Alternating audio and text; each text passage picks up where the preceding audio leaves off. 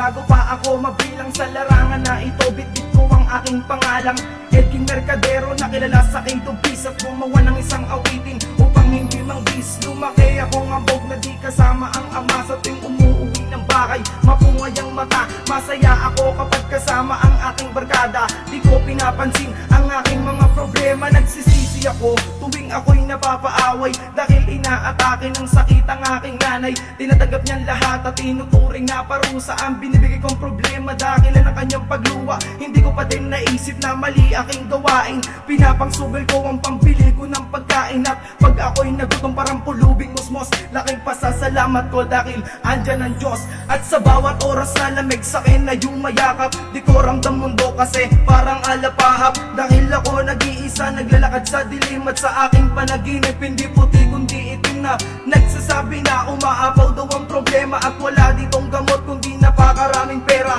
Ngunit saan kukuha isa laman tuka na parang ibong lumilipad na meron tutulang tuka. Umaasa ako, maiangat aking kamay at ang pagbabago sa isip ko mailagay. Ako'y nangihinayang sa mga nagdaan na oras sa gawain na masama na para ba akong nakaposas. Umaasa ako, maiangat aking kamay at ang pagbabago sa isip ko mailagay. Ako'y nangihinayang sa mga nagdaan na oras sa gawain na masama na para ba akong nakaposas.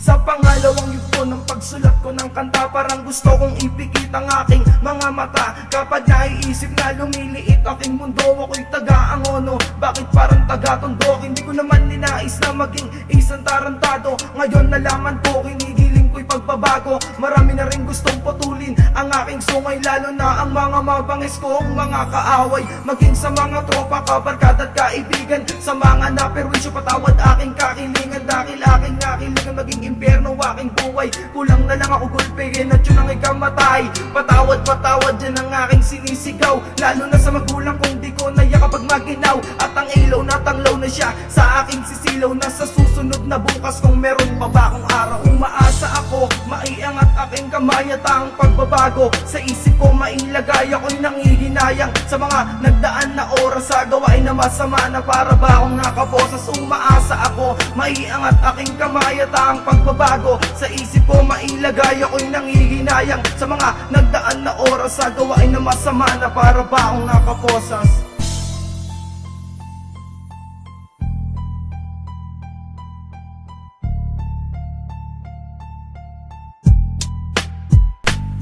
Sa sobrang daming kagaguhan ng aking nagawa, ang dapat ko na lang gawin ay iwasan mga banta. Dahil ayokong tumanda na para ba akong umuurong. Kaya tayo binuhay para lamang naisulong ang mga nakadikta sa gawain na mga tama. At kaya ko tong gawin kahit ako ay isang bata. Makalin mo ang iyong magulang, makalin mo din ang Diyos. Dahil pag nagkagipitan sa impyerno siyang tutubos ng iyong kaluluwa na gustong gusto ng sunugin ng diablong na atasan noon sa atin ay bumitin. Kaya ang pagbabago ay ating umpisahan, ang natutuyo mong isip ay aking didiligan. Ang awitin ko na to ay para to sa mga tao na tinubuan ng mga sungay, kaya lang naging gago. At sa lahat ng may mga sala, halikan at magbago, manalig sa Panginoon, wag mong sundin ng mga diablo. Umaasa ako, maiangat aking kamay at ang pagbabago sa isip ko mailagay. Ako'y nangihinayang sa mga nagdaan na oras sa gawain na masama na para ba akong nakaposas. Umaasa ako, maiangat aking kamay at ang pagbabago sa isip ko mailagay. Ako'y nangihinayang sa mga